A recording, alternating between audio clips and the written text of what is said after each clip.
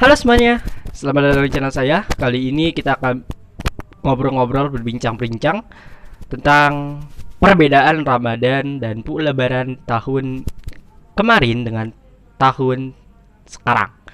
Ikuti terus vlog ini karena kita sebentar lagi, beberapa menit lagi kita akan ngobrol bersama saya. Tentunya dengerin terus dan stay tune terus, jangan skip videonya. Jangan lupa klik tombol like, comment, and subscribe. Share ke teman-teman kalian. Oke, lanjut videonya. Nah, oke, selamat datang di channel saya. Kali ini videonya agak sedikit berbeda daripada video-video saya yang kemarin atau yang sebelumnya, dikarenakan saya sedikit agak cerita Ramadan dan Lebaran tahun ini agak sedikit berbeda daripada tahun-tahun sebelumnya. Nah, kenapa berbeda? Biasanya tahun kemarin atau tahun-tahun sebelumnya kita ada tradisi yang namanya mudik ke kampung halaman dan bertemu dengan sanak saudara dan keluarga. Biasanya kita singgah ke rumah nenek atau kakek gitu ya, atau saudara atau keluarga di kampung. Tapi perbedaannya di tahun ini kita tidak bisa kemana-mana semenjak ada pandemi COVID-19. Nah, itu sih sangat berasa banget bagi orang yang biasanya mudik terus tiba-tiba gak bisa mudik. Nah, terus juga perbedaan yang paling mencondong adalah tahun sebelumnya kita flashback tahun sebelumnya, tahun 2019 itu biasanya kita itu ngiter ke rumah tetangga, ke rumah saudara, menggunakan kendaraan gitu ya. Sekarang udah nggak bisa, paling cuma bisa kumpul sama saudara-saudara dekat yang sekomplek dan seblok aja gitu. Perbedaan yang paling mencondong juga yang berbeda banget itu sholat idnya teman-teman. Biasanya sholat id atau takbirannya kita biasanya di masjid atau ada takbiran keliling, tapi sekarang di tahun sekarang agak sedikit berbeda. Semua kegiatan mulai itu dari takbiran, mulai itu dari lebaran, semua dilakukan di rumah.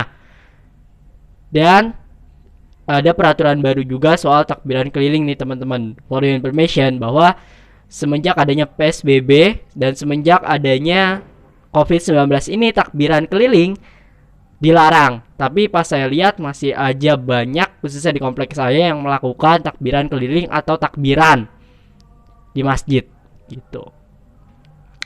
Pun juga sholat id juga beberapa masjid masih melaksanakan sholat id meskipun udah dilarang oleh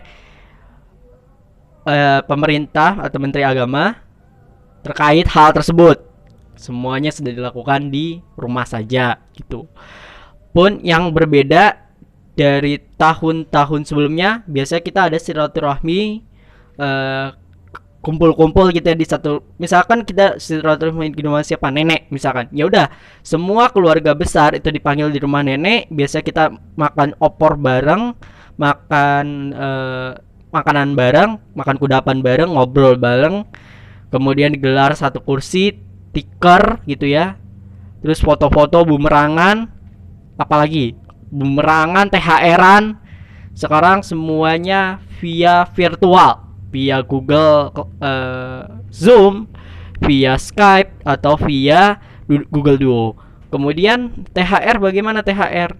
Ada beberapa yang masih dikasih sama saudara dekatnya, yang misalkan masih satu blok sama kita atau 2 blok, atau transfer. Biasanya begitu teman-teman.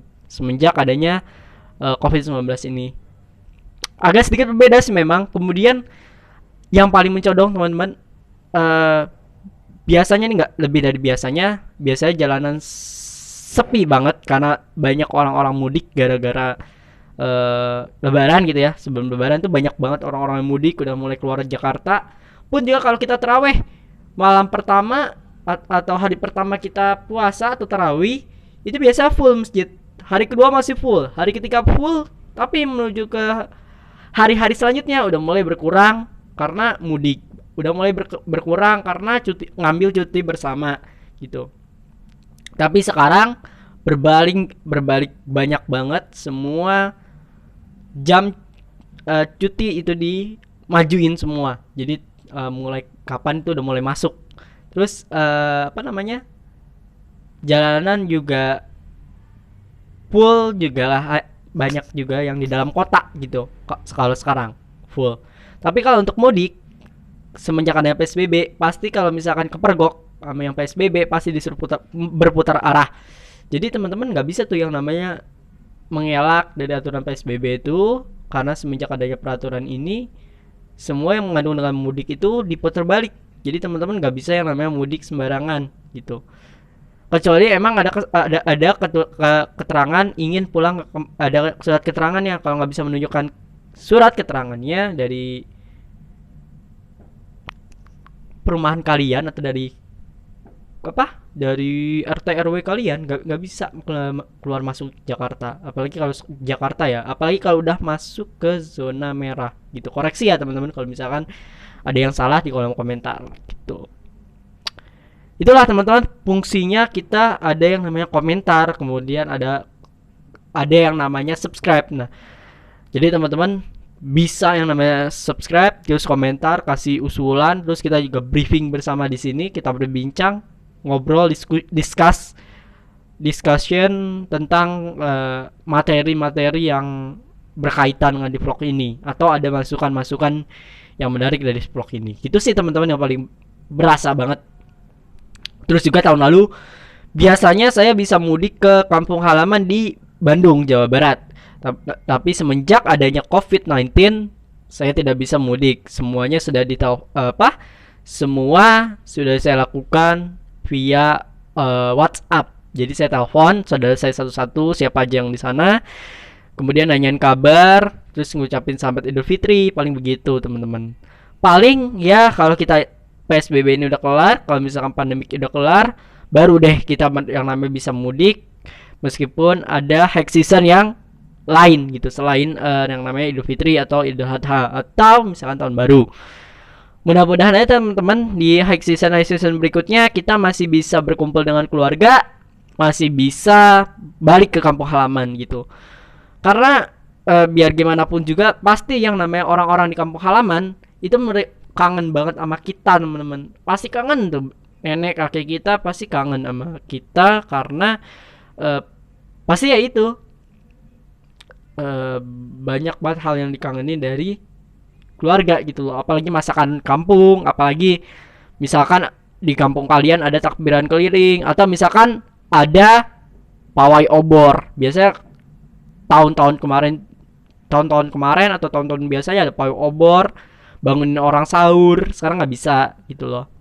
Paling hanya marbot masjidnya aja yang berkontribusi untuk membangunkan sahur, biasanya lewat pengeras suara masjid. Jadi kalau misalkan ada orang yang membangunkan sahur lewat toa masjid, itu tandanya bagus daripada teman-teman yang kelewat terus nggak pernah pasang alarm kemudian kelewat.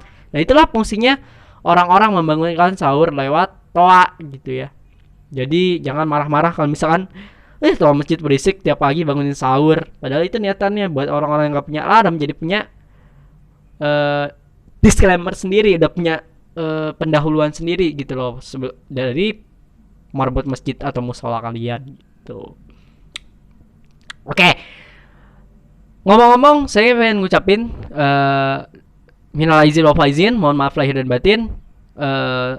Selamat Hari Raya Idul Fitri, mohon maaf lahir dan batin. Selamat 1 Syawal tahun 2020 tentunya. Tetap semangat teman-teman, meskipun lagi pandemi COVID-19, tapi teman-teman nggak bosan gitu ya. Teman-teman harus tetap cari kegiatan yang berhubungan dengan hobi teman-teman lah. Jadi bila teman-teman masih punya yang namanya kreativitas, daripada teman-teman hanya di rumah saja dan cuma menggunakan alat communication atau gadget untuk teman-teman kenakan sehari-hari gitu. Kalau saya tanya tadi sore nih, bukan tadi siang saya nggak ngapain. Tadi sore saya melakukan sepedahan supaya manasin kaki-kaki otot biar legang dan gak kram. Kemudian siangnya saya nyuci sepeda, lalu saya minum kopi. Enak banget pokoknya. Kalau udah puasa, udah lebaran, udah paling enak. Apalagi masih banyak persediaan stok hampers pastel dari saudara-saudara yang ngirimin gitu. Jadi bisa ngabisin sambil ngopi, sambil ngemil-ngemil ganteng di tengah pandemi corona, sambil ngupdate juga berapa banyak sih orang-orang yang terdampak COVID-19. Nah, itu yang paling penting teman-teman. Itu poin yang paling penting yang bisa kita lakukan di rumah saja. Itu aja teman-teman vlog kita kali ini. Sekali lagi mohon maaf lahir dan batin. Kita ketemu lagi nanti setelah COVID-19 ya. Kita bisa jalan-jalan lagi. Tungguin aja vlog-vlog kita jalan-jalan kulineran di Jakarta. Planning kita mau ke pelelangan ikan di Angke. Tapi nanti kalian bisa lihat footage-nya di channel ini. Dan kalian juga bisa lihat footage-nya juga di Instagram saya di @rafaelkrisnazra_269. Oke, jangan lupa like, comment, subscribe, share ke teman-teman kalian tentang video-video ini, dan nantikan terus updatean video baru dari saya. Semoga video ini dapat bermanfaat selagi pandemi corona dan selagi masa PSBB, dan semoga bisa dapat menghibur Anda meskipun di rumah saja. Oke, stay safe, stay healthy, dan stay at home. Thank you.